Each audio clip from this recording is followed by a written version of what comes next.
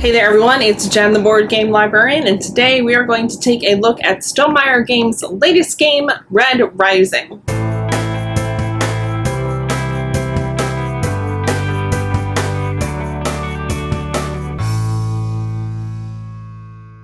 Red Rising is designed by Jamie Stonemaier and Alexander Schmidt, with artwork by Jackie Davis, Miles Bensky, and Justin Wong, and it is, of course, based on the very popular book series by Pierce Brown. This game is for 1 to 6 players, ages 14 and up, 45 to 60 minute playtime.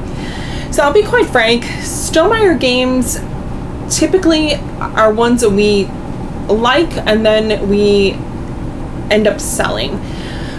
We owned Scythe for a really long time, and we had a couple of the expansions, and it was mostly my husband and I playing. And Scythe to me is not a game that's great at 2 players, and it never got to the table, and there were other ones for us that had similar things going on but were better at 2 players.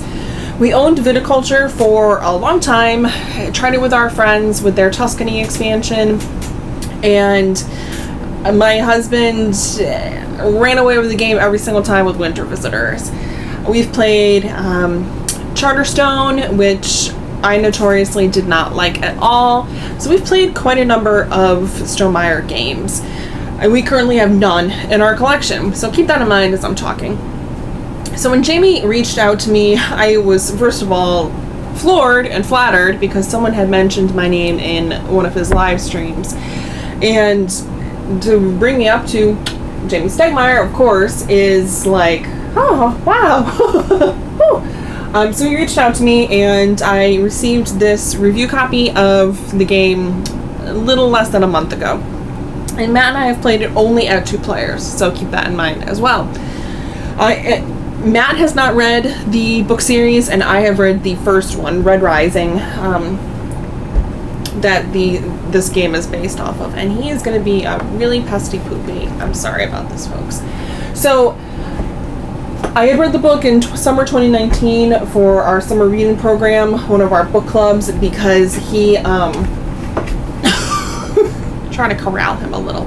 Our summer reading theme was space, and so I did a lot of space themed books for our book clubs that I run at the library. And I think for me the first book was okay. If you like science fiction, dystopian, young adult, new adult books, then you will probably like the series. There's several books in it. The basic premise is that we have Darrow. He is a red, and red is the very bottom of kind of a caste system, for lack of a better words, in this universe. The top of the system are golds. Golds control everything. Golds are the rulers and the superpowers, and an incident happens with a gold and someone Darrow cares about, and he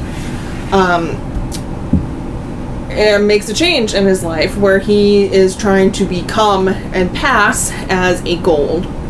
So there's some Hunger Games things going on if you've read. Some of this to me is very similar.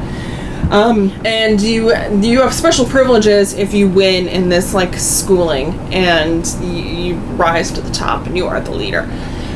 Also kind of a little similar to Hunger Games. I'll say too that dystopian fiction is not my preferred reading genre of choice. To each their own. If this is something that interests you, I would highly, of course, as a librarian, recommend that you read it. The book for me was a little on the long side, a little too much. To me, it could have been condensed down quite a bit. But there are huge fans of this series, and I really love that Jamie took something that he was very passionate about, and he says in the rulebook as well, and I'll open it up and read it for you. This is his favorite book series, and so of course, how can I not love that? You've taken something that is your favorite, and it's a book. So Jamie says in here, designer note, Red Rising is one of my favorite book series ever. Years ago, I reached out to the author Pierce Brown to express my interest in the tabletop rights. They weren't available at the time, but that began a multi-year process of trying again, failing to design the game, accepting game design submissions, and ultimately having a eureka moment while playing Fantasy Realms with Alex at my game night. A lot of design work with Alex, playtesting with the help of Stonemaier ambassadors, and communications with Pierce and his team followed. This is my dream IP, and I'm incredibly excited to share this game with you. And you can tell that. Jamie brings up in here Fantasy Realms. Now, another thing to keep in mind as well is that Matt and I have never played Fantasy Realms. So we have no, I'm not even sure I know how the game even plays. So if Red Rising plays like Fantasy Realms, then okay, cool. In Red Rising, you take on one of the houses and that kind of school, the schooling that I was talking about. You can play as Mercury, you can play as a variety of different houses. And you are dealt a hand of 5 cards out on the board. There are a variety of locations where cards are dealt and played to. And you are looking to get some win conditions going along.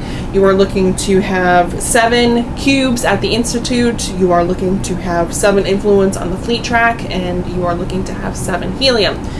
The game can either end when 3 of those conditions are met by any of the players, or 2 of the conditions are met by 1 player. And you are playing this game very easily. You're either playing a card from your hand, or you are drawing a card from the deck and putting it somewhere.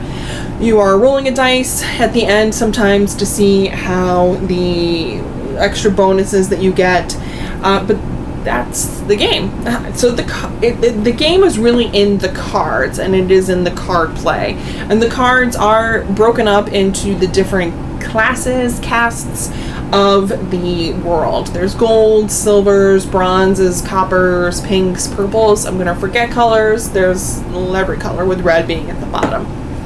You'll notice favorite characters from the series, and at each color level, and each card has a deploy action that you can do when you take a card from your hand and put it out to one of the various locations on the board. At the bottom, there are endgame points, which you get for a variety of things. Have Darrow with Mustang, have Darrow with Cassius, have on a blue card, it could be have your fleet track between 6 and 8, or get more points if it's at 9 or 10. So there's so many different combinations that you can have with this game.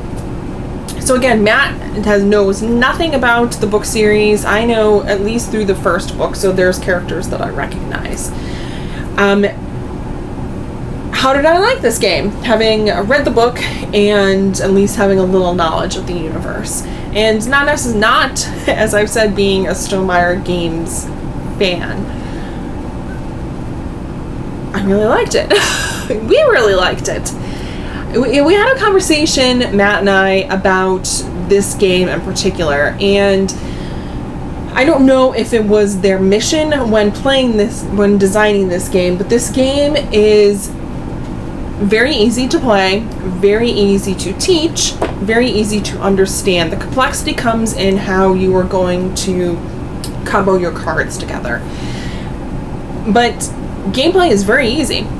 And there's tons and tons and tons of cards. We were saying to each other last night that I feel like I haven't even scratched the surface in terms of the combinations and the cards that are in here. And I like that. I like that a lot about a game. It's essentially a card game with a lot of replayability. Tons of replayability on here. There's the 6 different houses that you can play as. Each has their own unique ability. And then, of course, depending on, if you're playing a 2-player game, you're definitely not going to see as many cards as you would in a 6-player game. So those are all really positive things. And as we were playing, I kept thinking to myself, hey, this game is really for almost non-gamers of sorts, and gamers who are, or people who are fans of the IP, but wouldn't necessarily call themselves gamers. And I love that. I've had a lot of conversations with people lately about there needing to be more games for our casual gamers, for those who enjoy playing games every once in a while. That part of the market is much larger than it is for folks like me. I said there's a lot fewer me's out there than there are casual gamers. So, you know, if this game were ever to be a Target and someone is walking by and they see the Red Rising IP and they're fans, I think they would probably pick it up off of the shelf. The game isn't super intimidating. Again, the rulebook was very easy to understand. Teaching it was also really easy, and neither one of us have played the solo, but again, it really surprised the heck out of me. I tried to go in with no expectations of what I thought this game was going to be, you know, and kind of putting aside, you know, our somewhat general dislike of Stonemaier tiles traditionally. But this one is a keeper. We're going to keep this one at our house. We really like it. I really want to see how it plays with more players, see how the 6-player experience or 4-player experience is compared to 2. I think it'll be a lot more cutthroat. But yeah, you're probably thinking, Jen, is it a thematic game? You know, Jen, you love thematic games. You have lots of them in your collection. Do you think that this game really exemplifies what a Red Rising game should be? And I feel like that's a tough one.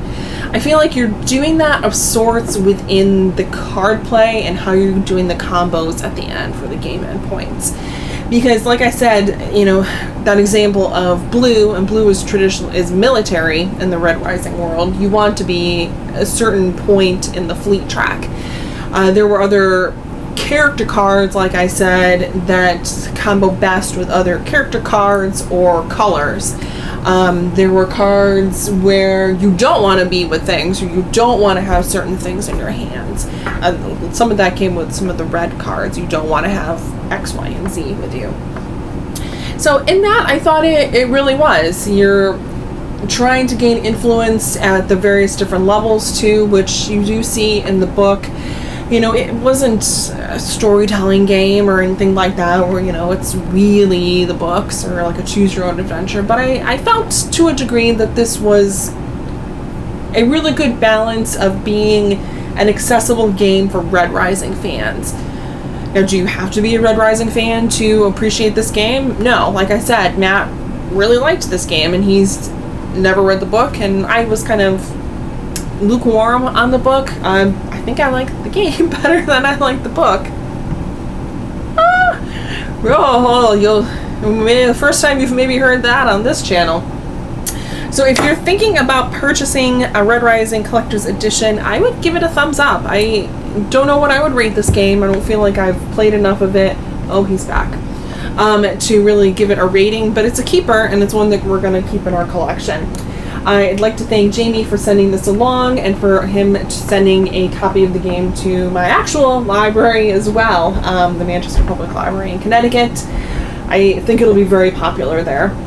And I'm excited. I'm excited to talk to more people about this and to kind of nerd out with those who've read the books and play the game. If you have any questions, comments, I'll leave them down below. And thanks, everyone. Wave before his tail goes on my face again.